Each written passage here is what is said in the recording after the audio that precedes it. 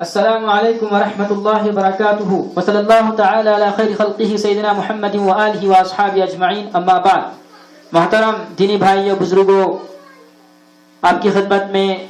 دو آیتیں تلاوت کی گئیں اب سے پہلے، اور اس کا ترجمہ آپ کے سامنے بیان کیا گیا۔ مختصراً یہ بات عرض کروں گا کہ ہمیں اللہ تعالیٰ کے احکامات میں شک نہیں کرنا چاہیے، جیسے کہ آج بھی کئی سارے ایسے مسلمان ہیں، جیسے ایک مثال ہے ثانیہ مرزا کی، جس نے جو ہے قرآن کا احترام نہیں کیا، قرآن کے خلاف اس نے زبان درازی کی، اور اس طرح سے کئی سارے نامور دنیا والے ہیں جو نام کے مسلمان اور کام کے مسلمان نہیں بنے۔ گویا کہ اللہ تعالیٰ نے ہمیشہ کے لیے ذلت لگی ہے ایسے لوگوں کے لیے جو مرنے سے پہلے توبہ نہیں کرتے۔ اب بھی ان کے لیے توبہ کا دروازہ کھلا ہوا ہے۔ اللہ فرماتے ہیں کہ موت سے پہلے توبہ کر لو، استغفار کر لو، میں تم کو معاف کروں گا۔ لیکن اگر کسی نے استغفار نہیں کیا، توبہ نہیں کیا، اپنی ضد پر اڑا رہا، تو ان کے لیے بھی یہی اللہ فرما رہے ہیں وقودها الناس والحجارہ اعدت للکافرین، کہ ایسی دوزخ ہے جس کا ایندھن انسان اور پتھر ہیں، اور جو دوزخ کی آگ کافروں کے تیار کی گئی ہے۔ لہذا قرآن کے احکامات میں شک نہیں کرنا چاہیے، جو کچھ اللہ نے کہا ہمیں اس پر عمل کرنا ہے، اسی کا نام ایمان ہے۔ آگے آیت نمبر 25 میں اللہ فرماتے ہیں وَبَشِّرِ الَّذِينَ آمَنُوا وَعَمِلُوا الصَّالِحَاتِ أَنَّ لَهُمْ جَنَّاتٍ تَجْرِي مِن تَحْتِهَا الْأَنْهَارُ كُلَّمَا رُزِقُوا مِنْهَا مِن ثَمَرَةٍ رِزْقًا قَالُوا هَذَا الَّذِي رُزِقْنَا مِن قَبْلُ وَأُتُوا بِهِ مُتَشَابِهًا وَلَهُمْ فِيهَا أَزْوَاجٌ مُطَهَّرَةٌ وَهُمْ فِيهَا خَالِدُونَ۔ اللہ فرما رہے ہیں کہ نافرمانوں کے لیے دوزخ تیار کی گئی ہے، لیکن فرمانبرداروں کے لیے کیا کیا اللہ کی طرف سے وعدے ہیں۔ اللہ فرماتے ہیں کہ جو ایمان لے آئے، جنہوں نے اچھے اعمال کیے، ان کو ایسی جنتوں کی خوشخبری دے دو جن کے نیچے سے نہریں بہ رہی ہیں۔ جب بھی ان کو وہاں پر کوئی بھی پھل دیا جائے گا کھانے کے طور پر، رزق کے طور پر، تو وہ کہیں گے کہ یہ پھل تو وہی ہے جو ہم کو اس سے پہلے دیا گیا تھا۔ اور اللہ فرما رہے ہیں کہ ان کو اسی کی طرح کے مشابہ پھل دیے جائیں گے، اور ان کے لیے وہاں پر پاکیزہ بیویاں ہوں گی جس میں وہ ہمیشہ رہیں گے۔ میرے محترم بھائی بزرگوں، ذرا غور کیجئے کہ جنتیں کس کے لیے بنائی گئیں۔ جنتیں جو ہے ایمان والے کے لیے بنائی گئیں، اور صرف ایمان والے کے لیے نہیں بلکہ ایمان کے ساتھ عمل کرنے والے کے لیے۔ ایسا نہیں کہ ہم نے کلمہ پڑھ لیا اور لا الہ الا اللہ محمد رسول اللہ پڑھ کر جو ہے ہم گھر پہ سو گئے، یا راستوں میں گھوم رہے ہیں، پھر رہے ہیں، کاروبار کر رہے ہیں، دوسرے کام میں مشغول ہیں، اللہ کی اطاعت سے دور ہو گئے۔ کلمہ جن باتوں پر ہمیں ابھار رہا ہے، کلمے میں جس طرح ہمیں دعوت دی گئی ہے، ہمیں جو ہے ہم اس پر بھی غور کرنا چاہیے۔ لا الہ کے معنی آتے ہیں کچھ نہیں ہوتا، ہوتا کس ہے؟ صرف اللہ تعالیٰ سے ہی ہوتا ہے۔ لا الہ الا اللہ، سب کچھ کرنے والی ذات اللہ تعالیٰ کی ہے، دنیا سے کچھ نہیں ہوتا، دنیا کے مال و متاع سے کچھ نہیں ہوتا۔ جبکہ ہم سنتے ہوں گے کئی سارے ایسے حضرات ہیں جن کے پاس کروڑوں کی دولت ہے، مال و دولت ہے، لیکن کوئی بیماری کسی کو پکڑ جائے تو ہزاروں دولت کو خرچ کر کے بھی، کروڑوں کی دولت کو خرچ کر کے بھی اس بیماری سے نجات نہیں حاصل ہو سکتی۔ تو اس سے معلوم ہوتا ہے کہ سب کچھ کرنے والی ذات صرف اللہ تبارک و تعالیٰ کی ہے۔ لا الہ کے اندر ہمیں اللہ نے یہی پیغام دیا ہے کہ سب کچھ ہوتا ہے، جو کچھ بھی ہوتا ہے وہ اللہ تعالیٰ سے ہوتا ہے، اور دنیا کی کسی مال و متاع سے، کسی اور اسباب سے کچھ نہیں ہوتا۔ تو ہمیں اس بات پر یقین رکھنا چاہیے۔ اور محمد رسول اللہ میں یہ فرمایا گیا کہ اب تمہارے پاس جو بھی احکامات قرآن و حدیث سے تم تک پہنچیں گے وہ نبی اکرم صلی اللہ علیہ وسلم کے ذریعے سے پہنچیں گے۔ اللہ کے نبی صلی اللہ علیہ وسلم ذریعہ تھے، اور اللہ تعالیٰ جو ہے کتاب کو نبی صلی اللہ علیہ وسلم پر نازل فرمایا، اور اس میں فرمایا گیا کہ ماننے والوں کے لیے جنتیں ہیں، اور نہ ماننے والوں کے لیے دردناک عذاب ہے۔ وعدت للکافرین، دوزخ ان لوگوں کے تیار کی گئی ہے۔ لہذا ماننے والوں کے لیے اللہ فرما رہے ہیں کہ ان کے ایسی جنتیں دی جائیں گی جن کے نیچے سے نہریں بہ رہی ہوں گی۔ ہم جانتے ہیں کہ جس باغ میں یا جس نہر میں جس باغ میں یا کسی جو ہے جگہ پر ایسی نہر ہو جس میں صاف و شفاف پانی بہتا ہو، تو وہاں کے لوگ بھی خوشحال رہیں گے، اور اس باغ کو بھی جو ہے خوشحالی حاصل ہوگی۔ وہ باغ کبھی مرے گا نہیں، بلکہ جو ہے اس میں خوشحالی اور ہریالی رہے گی۔ لہٰذا اللہ تعالیٰ فرما رہے ہیں کہ ایک تو جنتیں ملیں گی، اور ایسی جنت، ایسے باغات جس کے نیچے سے نہریں بہ رہی ہوں گی، اور وہ نہر کبھی ختم ہونے والی نہیں ہوگی۔ مزید اللہ فرما رہے ہیں کہ وہاں پر نیک لوگوں کو، اعمال صالح کرنے والوں کو جو ہے میٹھے میٹھے اور عمدہ لذیذ تر و تازہ پھل دیے جائیں گے، جن پھلوں کو انسان کھائے گا وہ ختم نہیں ہوگا۔ یہاں پر ہم جو چھوٹا پھل کھا لیتے ہیں، کوئی پھل کھا لیتے ہیں تو ختم ہو جاتا ہے، لیکن جنت کا پھل ایسا ہے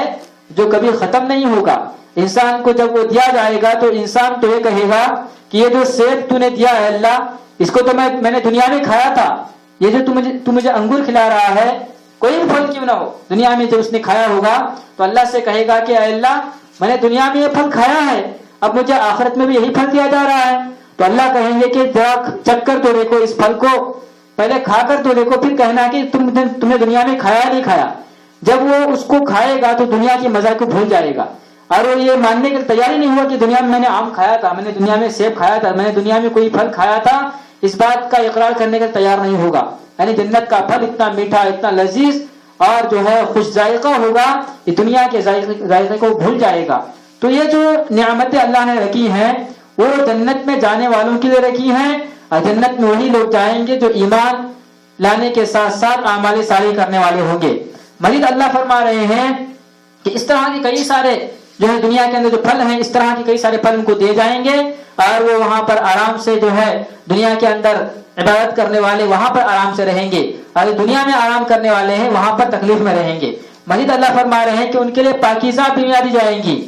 ایسی بیویاں جو پاکیزہ ہوں گی، اور یہاں سے پاکیزہ سے مراد جو ہے جسمی طہارت بھی ہوگی اور بدنی طہارت بھی ہوگی اور دل کی طہارت بھی ہوگی۔ تو یہاں پر جو ہے اللہ فرما رہے ہیں کہ دنیا کی عورتوں کی طرح جسم جو ہے ان کا کبھی کبھار نجس ہو جاتا ہے تو وہ نجاست سے پاک رہیں گی، اور اس طرح سے جو ہے عورتوں کے اندر دیکھا جاتا ہے کہ زیادہ سے زیادہ غیبت ہوتی ہے، یہاں کی ادھر، ادھر کی ادھر کرنا، یہ عام طور پر معمول ہوتا ہے۔ اللہ کے نبی صلی اللہ علیہ وسلم نے قیامت کی نشانیوں میں سے نشانی یہ بتائی کہ عورتیں زیادہ سے زیادہ جو ہے غیبت کرنے والے ہوں گی، چغلی کرنے والے ہوں گی، لہٰذا اس بات سے بہت زیادہ احتراز کرنا چاہیے۔ سب سے زیادہ عورتیں دوزخ میں اسی وجہ سے جائیں گی۔ کئی سارے وجوہات بتائے گئے، جیسے بے پردگی ہے، اور جو ہے اپنے چہرے پر جو ہے میک اپ کا لگانا اور فیشن کا اختیار کرنا، اور اس طرح سے جو ہے غیبت کا کرنا، اور عورتوں کا بڑی بلند آواز سے بات چیت کرنا، یہ سب چیزیں جو ہیں عورتوں کے اندر زیادہ سے زیادہ پائی جاتی ہیں، یہ قیامت کی نشانی میں سے ہے۔ اللہ فرما رہے ہیں کہ انہی وجہ سے جو ہے ان کو دوزخ میں ڈال دیا جائے گا، لہذا وہ جنت میں بیویاں ہوں گی ان تمام بیماریوں سے پاک صاف ہوں گی، یہ ان کے لیے ایک نعمت ہوگی۔ اور سب سے بڑی نعمت یہاں پر یہ فرمایا گیا وَهُمْ فِيهَا خَالِدُونَ، اور وہ ہمیشہ اس میں رہیں گے۔ ایسا نہیں ہے کہ چند دنوں کے لیے اندر چلے گئے پھر واپس آ جائیں گے، ایسا ہرگز نہیں ہے، بلکہ جو دوزخ میں بھی جائیں گے کسی وجہ سے، جن کے دلوں میں ایمان ہوگا لیکن کوئی گناہ کرنے کی وجہ سے وہ دوزخ میں چلے جائیں گے، تو پھر اللہ تعالیٰ جو ہے ان کو ان کے گناہوں کی سزا دینے کے بعد واپس جنت میں ڈالیں گے، لیکن جنت میں جانے کے بعد پھر واپس نہیں آئیں گے۔ جنت ایسی جگہ ہے ہم فیہا خالدون کہا گیا کہ اس میں جو ہے ہمیشہ رہیں گے، اور دوزخ بھی جو ہے دوزخ میں بھی ہمیشہ وہ لوگ رہیں گے جنہوں نے ہمیشہ اللہ کا انکار کیا، جنہوں نے اللہ کے علاوہ کسی اور کو اپنا خدا بنا لیا، جنہوں نے اللہ تعالیٰ کی طاقت میں کسی اور کی طاقت کو جو ہے سمجھ لیا، لہذا شرک کرنے والے ہمیشہ دوزخ میں رہیں گے۔ اور ایمان والے اگر کسی گناہ کی وجہ سے، معمولی گناہ ہے، کسی گناہ کی وجہ سے جو شرک نہیں ہے، اللہ نے فرمایا ان اللہ لا یغفر ان یشرک، کہ اللہ تعالیٰ شرک کے علاوہ تمام گناہوں کو معاف فرمائیں گے، لہذا شرک کے علاوہ کوئی اور گناہ کیا ہوا ہوگا تو وہ دوزخ میں جائے گا، اگر اللہ تعالیٰ چاہیں گے تو اس کو معاف بھی کر سکتے ہیں، لیکن شرک کو معاف نہیں فرمائیں گے۔ اگر اللہ تعالیٰ نے اس کو جو ہے اس کی گناہوں کی سزا دینے کے بعد واپس جنت میں داخل کریں گے، اور جنت میں داخل ہونے والا انسان واپس جنت سے واپس نہیں آئے گا، واپس باہر نہیں آئے گا، یہی سب سے بڑی نعمت ہے۔ وَهُمْ فِيهَا خَالِدُونَ۔ آگے اللہ فرما رہے ہیں ان منافقوں اور ان نافرمانوں سے مخاطب ہو کر جو اللہ کے فرمان کا مذاق اڑاتے تھے، اور اس سے پہلے جو مثالیں دی گئی کہ جو ہے کڑک اور بجلی کی مثال دی گئی، بارش کی مثال دی گئی، اور اس طرح کی کئی ساری مثالیں ان کے سامنے جو ہے پیش کی گئی تاکہ وہ ہدایت پر آ جائیں۔ تو مشرکین جو تھے اور منافقین جو تھے اللہ کے کلمات کا مذاق اڑاتے تھے کہ اللہ یہ بارش کی اور طوفانی ہواؤں کی اور بجلی کی اور اس طرح کی کئی ساری مثالیں پیش کر کے کیا کہنا چاہتے ہیں، کیا مراد ہے اللہ تعالیٰ کی؟ تو اللہ فرما رہے ہیں تم ان اللہ لا یستحی ان یضرب مثلا ما بعوضة فما فوقها، سن لو اے نافرمانو، بے شک اللہ تعالیٰ اس بات سے نہیں شرماتے کہ اللہ تعالیٰ کسی مچھر کی مثال پیش کریں یا اس سے بڑھ کر کسی چیز کی مثال پیش کریں۔ اللہ تعالیٰ چاہے تو مچھر کی مثال پیش کر سکتے ہیں اور اس سے کمتر کی بھی مثال پیش کر سکتے ہیں، اس سے بڑھ کر کسی اور چیز کی بھی مثال پیش کر سکتے ہیں۔ اللہ تعالیٰ جو ہے ہر چیز پر قادر ہے، لہٰذا سمجھنے والوں کے لیے یہ اشارہ ہے، اور جو نہ سمجھ ہے یا پھر سمجھ کر بھی انجان بنتے ہیں ان کے لیے جو ہے یہ دلالت کی بات ہو سکتی ہے۔ آگے اللہ فرما رہے ہیں کہ فَأَمَّا الَّذِينَ آمَنُوا فَيَعْلَمُونَ أَنَّهُ الْحَقُّ مِنْ رَبِّهِمْ، تو جو ایمان لے آئے، جنہوں نے سچے دل سے ایمان لایا، اللہ کو ایک مانا، اللہ کے نبی پر اپنے جانوں کو قربان کرنے کے لیے تیار ہو گئے، جو قرآن کے ہر حکم کو ماننے والے ہیں، فَيَعْلَمُونَ أَنَّهُ الْحَقُّ مِنْ رَبِّهِمْ، تو ایسی مثالوں کے بارے میں وہ یہی کہتے ہیں کہ اللہ کی طرف سے نازل شدہ ہے، اللہ تعالیٰ نے جو ہے اس کو نازل کیا ہے، یہ سچ ہے، ان کا اس پر ایمان ہوتا ہے۔ وَأَمَّا الَّذِينَ كَفَرُوا فَيَقُولُونَ مَاذَا أَرَادَ اللَّهُ بِهَذَا مَثَلًا يُضِلُّ بِهِ كَثِيرًا وَيَهْدِي بِهِ كَثِيرًا۔ اللہ فرما رہے ہیں کہ ماننے والوں کے لیے یہ بات ماننی کوئی بڑی بات نہیں ہے، وہ سمجھتے ہیں کہ جو کچھ مثالیں پیش کی گئیں وہ اللہ کی طرف سے ہی ہیں، اور جو انکار کرنے والے ہیں، جو کفر کرنے والے ہیں، جو اللہ کے رسول صلی اللہ علیہ وسلم کے حکموں کے خلاف ورزی کرنے والے ہیں، تو وہ یہ کہتے ہیں کہ اس جیسی مثالوں سے اللہ کی کیا مراد ہے، اللہ کیا کہنا چاہتے ہیں؟ یہ کوئی مثال ہے مچھر کی، یہ جو بارش کی اور طوفانی ہواؤں کی، کڑک کی، گرج کی، اس سے کیا مثال مراد ہے؟ تو اللہ فرماتے ہیں کہ انکار کرنے والوں کے لیے جو ہے یہ مثالیں ہدایت نہیں ہو سکتی، ضلالت ہو سکتی ہیں، گمراہی ہو سکتی ہیں، اس لیے کہ ایسی مثالوں سے جو ہدایت پاتے ہیں وہ جاتے ہیں جنت میں، اور اللہ کی رضا ان کو حاصل ہوتی ہے۔ اور جو ایسی مثالوں کا مذاق اڑاتے ہیں تو یہ مذاق اڑانا اور ان مثالوں کو اللہ کی طرف سے جو ہے سچا نہ ماننا، یہ ان کی ضلالت کا ذریعہ بن جاتا ہے۔ اللہ فرما رہے ہیں کہ ایسی مثالوں سے اللہ تعالیٰ بہت سارے لوگوں کو ہدایت دیتے ہیں، بہت سارے لوگوں کو ہدایت مل جاتی ہے، اور بہت سارے ایسے ہوتے ہیں جو انکار کرنے والے ہوتے ہیں، وہ اس سے گمراہ ہوتے ہیں، اور اللہ تعالیٰ صرف فاسقین کو، نافرمانوں کو ہی گمراہ کرتا ہے۔ اس بات کو ہمیں اپنے کانوں میں جو ہے ہمارے کانوں میں اور ہمارے جو ہے دماغ میں اس بات کو رکھنا چاہیے، اور ہمیں جو ہے گوش گزار رہنا چاہیے ان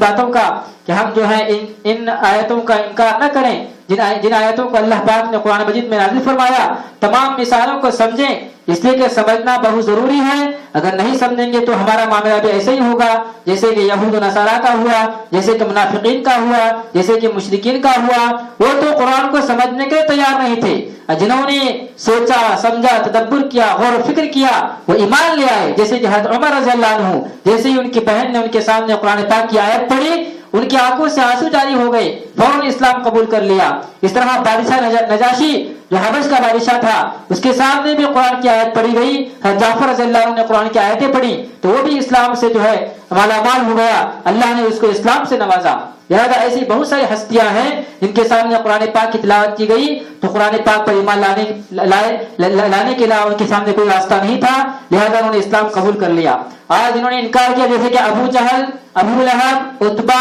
شیبہ، اس طرح کے بہت سارے نافرمان تھے جنہوں نے انکار کیا، تو ان کے لیے ایسی مثالیں گمراہی کا ذریعہ بنی، اور جو ہدایت پر آنے والے ہیں ان کے لیے یہ چیزیں جو ہدایت کا ذریعہ بنی، جو ایمان لے آئے، قبول کیا اسلام کو۔ لہذا اسی درس کے اندر پیش کیا گیا ہے کہ ہمیں جو ہے اللہ کی مثالوں کو سمجھنا چاہیے، یہ سمجھنے کی باتیں ہیں۔ آگے آیت نمبر 27 میں اللہ فرماتے ہیں الذين ينقضون عهد الله من بعد ميثاقه ويقطعون ما امر الله به ان يوصل ويفسدون في الارض اولئك هم الخاسرون۔ آگے اللہ فرما رہے ہیں کہ فاسقین کون ہیں۔ انشاءاللہ تبارک و تعالی ان فاسقین کے بارے میں آپ کے سامنے اگلی آیت میں جو پڑھا گیا ہے وہ اگلے درس میں پیش کیا جائے گا۔ السلام علیکم ورحمۃ اللہ وبرکاتہ۔